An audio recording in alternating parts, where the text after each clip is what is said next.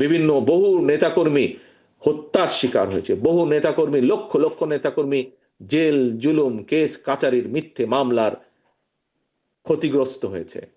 আমি নিশ্চিত আজকে এই সম্মেলন আমার সামনে যারা বসে আছেন, আপনাদের মধ্যে বহু নেতাকর্মী আছেন যারা এই মিথ্যা মামলার, গায়েবী মামলার শিকার হয়েছিলেন। যারা আছেন না আপনাদের মধ্যে, হাত তুলতে বললেই দেখা যাবে প্রায় প্রত্যেকটি মানুষ এখানে হাত তুলেছে মিথ্যা মামলার শিকার হয়ে। প্রিয় সহকর্মীবৃন্দ, আমাদের সামনে আমরা এখন কি দেখছি? আমরা দেখছি যে যেই দাবি আদায়ের জন্য জনগণ রাজপথে এসেছিল, জনগণ একটি স্থিতিশীলতা চায়। জনগণ চায় এই দেশের সম্পদ জনগণের স্বার্থে ব্যবহৃত হোক। জনগণ চায় এই দেশের মাটিতে আইন শৃঙ্খলা বজায় থাকুক।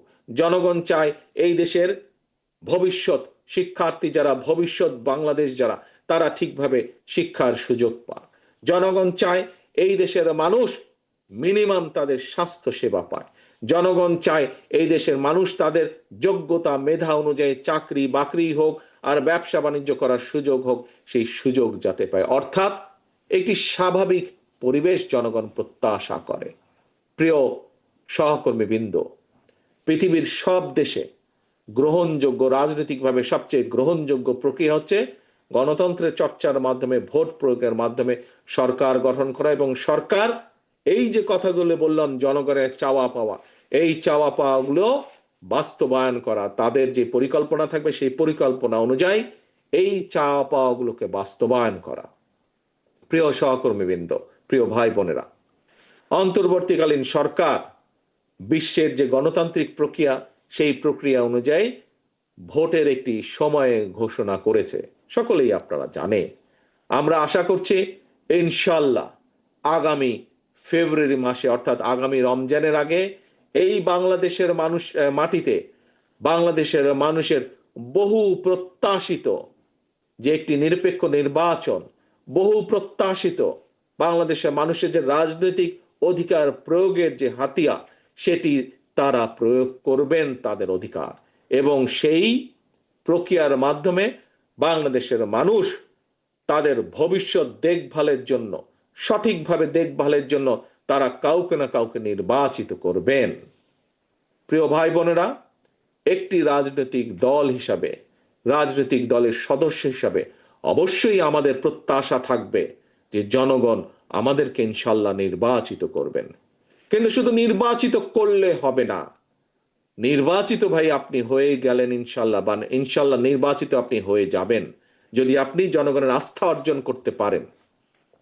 জনগণের আস্থা, জনগণের বিশ্বাস ধরে রাখার মাধ্যমে, জনগণের আস্থা, জনগণের বিশ্বাস অর্জন করার মাধ্যমে আপনি ইনশাল্লাহ হয়তো জিতে গেলেন। কিন্তু তার পরের বিষয়গুলো কিন্তু আরো গুরুত্বপূর্ণ, তার পরের বিষয়গুলো কিন্তু আরো কঠিন, তার পরের বিষয়গুলো কিন্তু আরো অনেক অনেক বেশি প্রয়োজনীয়। কি সেটি? দেশকে সঠিকভাবে পরিচালনা করা। একটু আগে আমার বক্তব্যে আমি বলেছি আমাদের সামনে অনেকগুলো চ্যালেঞ্জ আছে, অনেকগুলো চ্যালেঞ্জ আছে। কি সেই চ্যালেঞ্জ? একটা দুইটা করে, দুই চারটাও যদি আপনাদের সামনে, সবাই আপনারা জানেন বিষয়গুলো, সবাই আপনারা এই ঘরে উপস্থিত প্রতিটা মানুষ আপনারা জানেন। আমাদের প্রচুর বেকার আছে সারা বাংলাদেশে, তরুণদের মধ্যে, যুবকদের মধ্যে প্রচুর বেকার আছে। এই শিক্ষিত বেকার হোক, অল্প শিক্ষিত বেকার হোক, এই বেকারদের কর্মসংস্থানের ব্যবস্থা করতে হবে। করতে হবে না আমাদেরকে? করতে হবে। তো আমাদের নদী নালা খাল বিলগুলো শুকিয়ে গেছে। শুকিয়ে যাওয়ার ফলে একদিকে যেরকম কৃষি কাজের জন্য কৃষকের পানির সমস্যা হয়, আবার আরেক দিকে দেখি আমরা অল্প বন্যায় বা অল্প বর্ষা মৌসুমে বৃষ্টি বাদলে অনেক এলাকা বাংলাদেশের ভেসে যায়। পানিগুলো যাবে কোথায়? এই খাল খনন করতে হবে আমাদেরকে, নদী খনন করতে হবে, কৃষিকের জন্যই হোক, পানির জন্যই হোক, অথবা বন্যাকে প্রতিরোধ করার জন্যই হোক। আমাদের শিক্ষার কি অবস্থা? আপনাদের প্রত্যেকেরই আত্মীয় স্বজন, সন্তান, নিজেদের সন্তানরা এই দেশে পড়ালেখা করছে। আপনারা কম বেশি প্রত্যেকেই এই ব্যাপারে আপনারা সঠিকভাবে আপনারা জানেন যে সেই শিক্ষা ব্যবস্থা বদলাতে হবে। প্রিয় ভাই বোনেরা, একটি বিষয় সবসময় আমি বলি যে আজকের যারা শিশু তারা হচ্ছে, এই কথা শহীদ জিয়াও বলতেন, আজকে শিশুরাই আগামী দিনের ভবিষ্যৎ। আমরা যদি এই শিশুদেরকে আজকে সঠিকভাবে গড়ে তুলতে পারি, একজন গার্জিয়ান হিসেবে এখানে প্রত্যেকেই গার্জিয়ান, প্রত্যেকেরই সন্তান সন্ততি আছে। একজন শিশুকে যদি আজ সঠিকভাবে গড়ে তোলা যায়, কাল সে দেশকে সঠিকভাবে গড়ে তুলতে পারবে। কাজে আমাদের এই শিক্ষা ব্যবস্থাকে ঠিক করতে হবে। শিক্ষা ব্যবস্থার কি অবস্থা আপনারা জানেন। প্রিয় ভাই বোনেরা, বাংলাদেশের মানুষের স্বাস্থ্যের ব্যবস্থার পরিবর্তন করতে হবে। বাংলাদেশের মানুষের, ঢাকা শহরে যারা শহরে থাকে হয়তো মানুষ কম বেশি চিকিৎসা পায়, কিন্তু গ্রামে গঞ্জে যেই মানুষগুলা থাকে তাদের এই স্বাস্থ্য সুবিধা থেকে বিভিন্নভাবে তারা বঞ্চিত।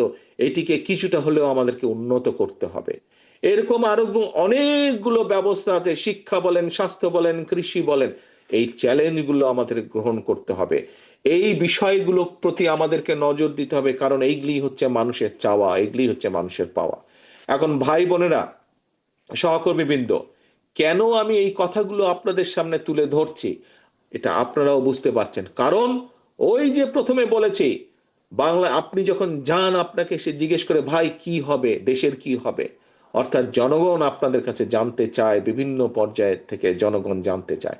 কারণ জনগণ মনে করে বিএনপি তাদের জন্য কিছু একটা ভালো মন্দ করতে পারবে। আপনি রাজনৈতিক নেত্রী মানুষের কথাই বলেন অথবা নিরপেক্ষ মানুষের কথাই বলেন, প্রত্যেকের একটি আস্থা, কম বেশি আস্থা বিশ্বাস বিএনপির আছে। তারা চায়, তারা প্রত্যাশা করে বিএনপি এই দেশের মানুষের জন্য গঠনমূলক কাজ করবে। কিন্তু এখানে বিরাট একটি কিন্তু আছে প্রিয় ভাই বোনেরা। এই যে বিএনপির যেই প্রত্যাশা, বিএনপির যে পরিকল্পনা, দেশকে সামনে এগিয়ে নিয়ে যাওয়ার, মানুষের জীবনযাত্রা কিছুটা ভালো করার, এই পরিকল্পনা যাতে বাস্তবায়িত না হতে পারে তার জন্য কিন্তু ষড়যন্ত্র চলছে, ধীরে ধীরে তার জন্য ষড়যন্ত্র চলছে। তাই এই পরিকল্পনাকে ভণ্ডুল করে দেওয়ার জন্য, একই সাথে দেশ যাতে গণতান্ত্রিক অবস্থায় ফিরে আসতে না পারে, মানুষের ভোটের অধিকার যাতে বাস্তবায়িত হতে না পারে, সেইটাকেও ভণ্ডুল করে দেওয়ার জন্য কিন্তু বিভিন্ন জায়গায় ষড়যন্ত্র চলছে, ষড়যন্ত্র শুরু হয়েছে। প্রিয়